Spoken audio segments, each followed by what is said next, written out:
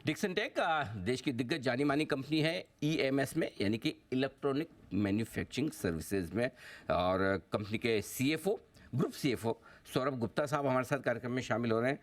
गुप्ता साहब सीए भी हैं, सीएस भी हैं, और एमडीआई गुरुग्राम से आपने एमबीए भी किया है, और 15 साल से ज़्यादा लंबा गहरा अनुभव आपका फाइनेंस और स्ट्रेटजी प्लानिंग में है। कल बाजार बंद होने के बाद करीबन 4 बजे आए हैं नतीजे, मैं आपके सामने नतीजे रख दूं। उम्मीद से काफ़ी बेहतर नतीजे दिखे हैं। आय का अनुमान हमारा 4,600 करोड़ का था, 4,950 करोड़ के आसपास 28% की दमदार ग्रोथ है। मार्जिन्स बेहतर होकर 8.25% पहुंचे हैं, और कामकाजी मुनाफा 198 करोड़ हमारी उम्मीद से काफ़ी बेहतर रहा है। और मार्जिन्स जो ग्रोस मार्जिन्स के बाद मार्जिन्स जो है वो भी 4% के आसपास आते दिखे। मुनाफा उम्मीद से बेहतर 113 करोड़ पर, यानी कि दमदार परफॉर्मेंस कंपनी की तरफ से आई है। गुप्ता साहब, बहुत बहुत स्वागत है आपका। धन्यवाद सर हमें समय देने के लिए। कुछ बड़े ट्रिगर्स बताएं सर, किसकी वजह से ये रेवेन्यू और मुनाफा दोनों जमकर आया है?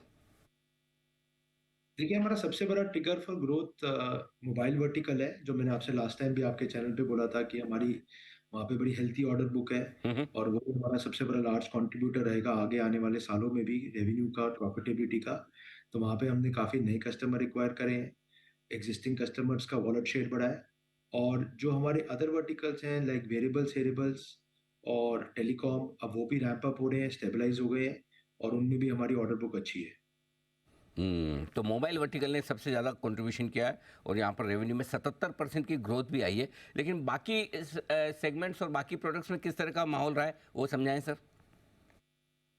देखिए, वॉशिंग मशीन जो होम अप्लायंसेस कैटेगरी है, जहाँ हम सेमी ऑटोमेटिक और फुली ऑटोमेटिक टॉप लोडर बनाते हैं, वहाँ पे भी ग्रोथ हमारी वॉल्यूम वाइज अच्छी रही है। रेवेन्यू वाइज फ्लैट रही है, क्योंकि कमोडिटी के प्राइस करेक्ट हुए हैं, फ्रेट रेट के प्राइस करेक्ट हुए हैं, और वो हमारा पास ऑन होता है कस्टमर को।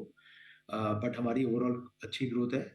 कंज्यूमर इलेक्ट्रॉनिक में भी हमारी, अगर आप देखें तो रेवेन्यू वाइज फ्लैट ग्रोथ है, क्योंकि इस बार सीजन जो दिवाली का सीजन है वो भी स्पिल हो रहा है। अक्टूबर अक्टूबर मंथ भी हमारा अच्छा जा रहा है, क्योंकि last year Diwali October and में थी, इस बार दिवाली नवंबर सेकेंड वीक में है।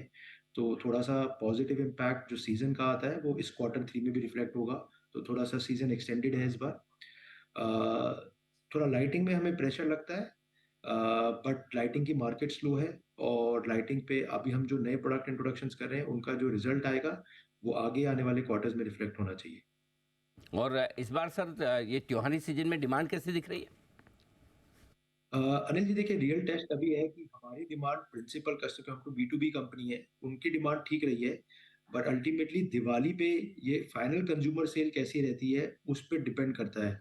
अगर वो कंज्यूमर सेल अच्छी रही तो इसका मतलब जो आगे आने वाले मंथ्स हैं बियॉन्ड दिवाली के, वो भी अच्छे रहने चाहिए। और अगर बाई चांस वो इन्वेंट्री चैनल में फंसी रह गई या डिमांड उतनी नहीं उठी, तो फिर थोड़ा सा नवंबर और दिसंबर थोड़ा स्लो दिख सकता है।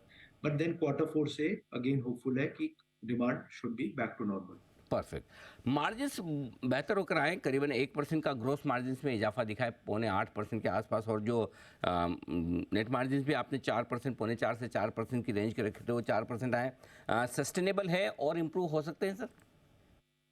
देखिए, हमारे तीन रीजन है अनिल जी मार्जिन एक्सपेंशन के। एक तो ऑपरेटिंग लेवरेज बेनिफिट आ रहा है, जितना आपका स्केल बढ़ता है तो आपकी कॉस्ट हायर रेवेन्यूज पे एब्जॉर्ब हो जाती है, फिक्स कॉस्ट। दूसरा, हम हर वर्टिकल में जहां पॉसिबल है more and more backward integration कर रहे हैं, जैसे टीवी में कर रहे हैं और भी वर्टिकल्स में कर रहे हैं, तो उनका मार्जिन एक्सपेंशन आ रहा है, मोर वैल्यूएशन कर रहे हैं अपने मैन्युफैक्चरिंग में। तीसरा है, जहां जहां भी पॉसिबल है हम अपने डिजाइन सोल्यूशंस में माइग्रेट करते जा रहे हैं। और चौथा, हमें लगता है कि कमोडिटी के प्राइसेस का भी पॉजिटिव इम्पैक्ट है हमारे बिजनेस पे, जो कि अगर आप कोविड पीरियड में देखें तो कमोडिटी प्राइसेस बहुत बढ़ गए थे, तो वो साइकिल रिवर्स हो गई है।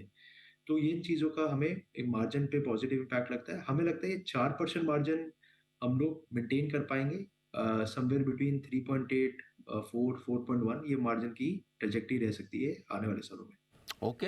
तो ये है आपके लिए डिक्सन टेक के मैनेजमेंट की तरफ से। लेकिन एक और एक्शन जो मैं आपसे जानना चाहता हूँ, वो है आपकी कैपेसिटी यूटिलाइजेशन को लेकर। सर, किस लेवल तक चल रही है, और क्या कुछ नए कैपेक्स आपने अगले 6 महीने या वित्त वर्ष 2024 के लिए, 2025 के लिए प्लान किए हैं? तो हमारा केपेक्स अनिल जी अभी पहले 6 महीने में 330 करोड़ का केपेक्स हुआ है। तो काफी केपेक्स हमारे सेल्फ फ्रंट एंडेड रहा है, काफी केपेक्स हमने एग्जीक्यूट कर लिया है। क्योंकि ऑर्डर बुक अच्छी है हमारे वर्टिकल्स में। हमें लगता है कि हम इस साल 500 करोड़ केपेक्स पे क्लोज़ करेंगे, 500 करोड़ के आसपास। अ, तो हमारी कैपेसिटी यूटिलाइज़ेशन अगर मैं लाइटिंग को अलग करूँ तो मोर और लेस हर वर्टिकल में इस समय almost closer to 90 to 100% utilization है। लाइटिंग में थोड़ी-सी यूटिलाइज़ेशन हमारी 70 टू 75% होगी।